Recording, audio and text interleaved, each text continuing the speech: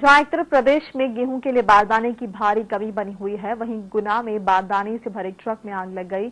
आग की वजह से पूरा ट्रक जलकर खाक हो गया। मौके पर मौजूद लोगों ने पहले तो आग को बुझाने की कोशिश की, लेकिन जब आग भीषण हो गई तो फायर ब्रिगेड को बुलाया गया। जब तक फायर ब्रिगेड मौके पर पहुंची तब तक ट्रक जलकर खाक हो चुका था। मौके पर पहुंची पुलिस ट्रक के मालिक का पता लगाने की कोशिश में लगी है।